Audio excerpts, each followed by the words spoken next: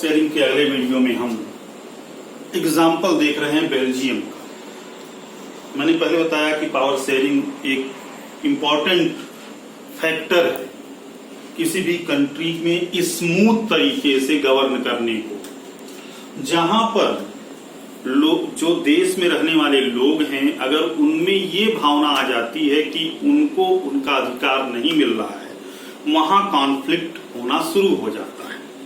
जैसे बेल्जियम, जो कि एक छोटा सा देश है, यूरोपियन कंट्री है, जिसके पड़ोसी देशों में नीदरलैंड, जिसको आप हॉलैंड भी कहते हैं, फ्रांस, जर्मनी, लग्जमबर्ग, ये साथ ही साथ ये हमारे देश के हरियाणा जैसे राज्य के बराबर उतना बड़ा है, और हरियाणा की पॉपुलेशन की आधी पॉपुलेशन ही बेल्जियम में रहती है।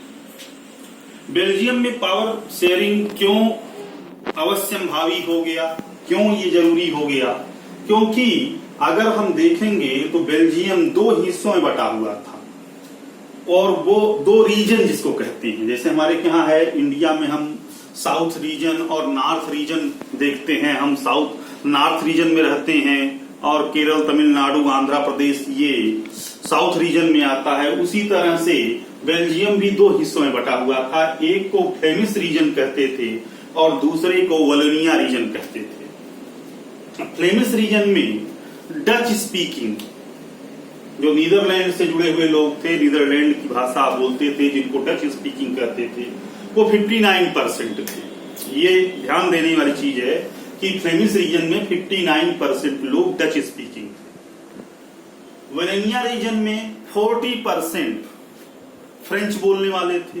अगर हम इन दोनों को जो है काउंट कर लें तो केवल 99% बनता है।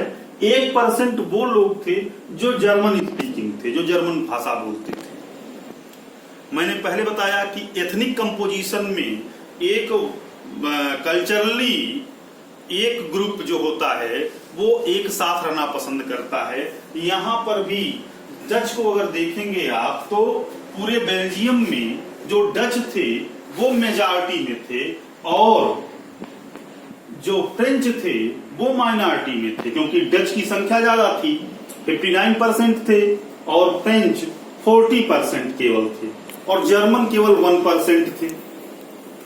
जो बेल्जियम की कैपिटल सिटी थी वो ब्रुसेल्स थी। ब्रुसेल्स में कंडीशन दूसरी थी। पूरे बेल्जियम को अगर देखेंगे तो बेल्जियम में डच मेजॉरिटी में थे और फ्रेंच माइनॉरिटी में थे, लेकिन कैपिटल सिटी ब्रुसेल्स की बात अगर करें तो यहाँ ठीक उल्टा था। यहाँ फ्रेंच मेजॉरिटी में थे 80% के करीब, और डच माइनॉरिटी में थे, केवल 20% थे। यहाँ फ्रेंच माइनॉरिटी में थे। पूरे बेल्जियम में अगर देखा जाए तो केवल 40% ही फ्रेंच स्पीकिंग लोग थे, लेकिन वो रिच थे, वो अमीर थे, नेचुरल रिसोर्सेज पर उनका कब्जा था, वे डेवलप्ड भी थे, एजुकेटेड भी थे, और उन्होंने इकोनॉमिक डेवलपमेंट ज्यादा कर रखा था। साथ ही साथ जो डच स्पीकिंग लोग थे, जो ज्यादा थे, मेजॉरिटी में थे, लेकिन वो फ्रेंच स्पीकिंग लोगों के मुकाबले में कम डेवलप्ड थे।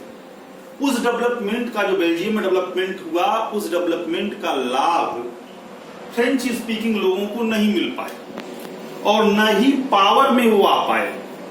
इन दोनों रीजन की वजह से एक कॉन्फ्लिक्ट उत्पन्न हो गया बेल्जियम में। डच लोग भी उसी तरह का डेवलपमेंट अपने आप में चाहते थे कि हमको भी उसी तरह डेवलपमेंट हो। ब्रुसेल्स की कहानी दूसरी थी। कैपिटल सिटी होने के बाद भी डच स्पीकिंग जो थे वो वहां मेजॉरिटी में थे, और फ्रेंच जो कि माइनॉरिटी में थे पूरे, उसमें पूरे अगर आप बेल्जियम का देखें तो फ्रेंच यहां पर 40% है पूरे बेल्जियम में, लेकिन कैपिटल सिटी में ये बड़ी संख्या में थे, और जो डच थे वो कम थे। तो यहां पर ये जो डेवलपमेंट का लाभ लेने की बात थी कि हम भी डेवलपमेंट का एक हिस्सा हमको मिले, पावर में एक हिस्सा हमको मिले, इसको लेकर के कॉन्फ्लिक्ट शुरू हुआ और यहीं से पावर शेयरिंग की बात बेल्जियम में शुरू हो गई। अब अगले वीडियो में हम देखेंगे